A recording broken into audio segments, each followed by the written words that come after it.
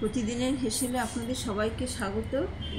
আজকে রবিবারের মটনটা ভালো করে ধুয়ে জল ঝরিয়ে নিতে হবে। এছাড়া আলু, পেঁয়াজ কুচি, পেঁয়াজ বাটা আর জিরা আদা রসুন আদা বাটা আর ফোড়নের জন্য গরম মশলা। আপনাদের সবাইকে স্বাগত। এতে লাগবে মটন, পেঁয়াজ, আদা রসুন বাটা, লঙ্কা, আলু আর ফোড়নের জন্য মশলা। এবারে সমস্ত মশলাগুলো ভালো করে সমস্ত মশলা দিয়ে মেখে, বাটা, আদা রসুন বাটা, সর্ষের তেল, নুন, হলুদ সব দিয়ে ভালো করে মেখে, আদা রসুন পেস্ট, সর্ষের তেল, হলুদ, লঙ্কা গুঁড়ো, জিরে গুঁড়ো দিয়ে ভালো করে মেখে আধ ঘন্টা মতো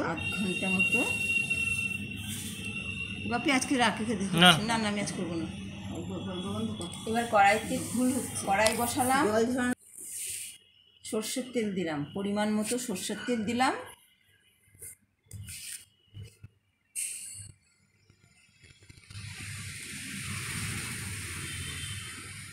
এবারে আলুগুলো ভেজে নেব।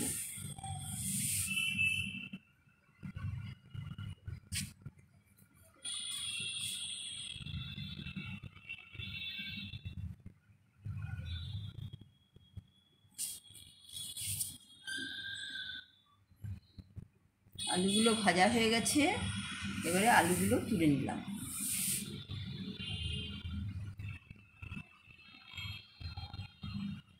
এই কড়াইয়ের মধ্যে, এই তেলের মধ্যেই সামান্য চিনি দিলে মাংসের কালারটা ভালো হয়। এবারে তার মধ্যে গরম মশলা, তেজপাতা আর শুকনো লঙ্কা ফোড়ন দিলাম।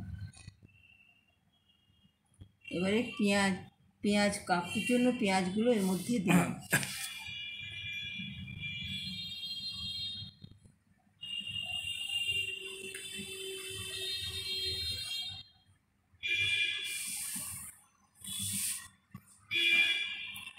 পেঁয়াজগুলো বেশ ভালো করে নাড়াচাড়া করে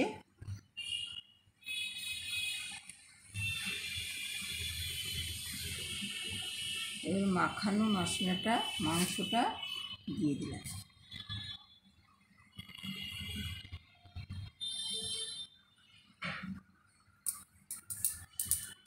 ভালো করে কষাতে হবে।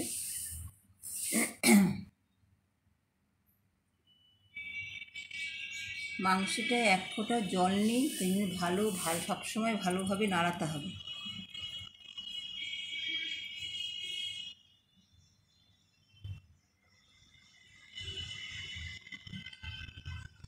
এইভাবে নাড়াতে নাড়াতে মাংস থেকে যখন তেল ছেড়ে আসবে তখন আলুগুলো দিয়ে দিলাম।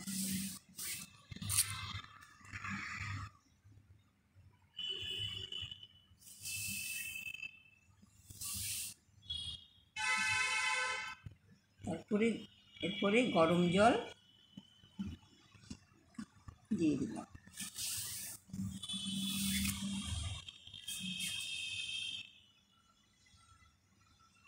মাংসটা প্রায় সিদ্ধই হয়ে গেছে, আরও 25 মিনিট মতো সিদ্ধ করতে হবে।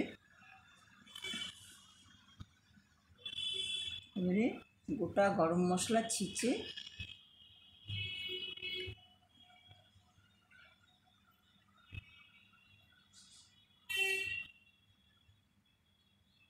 আমার হয়ে গেল রবিবারের মটন।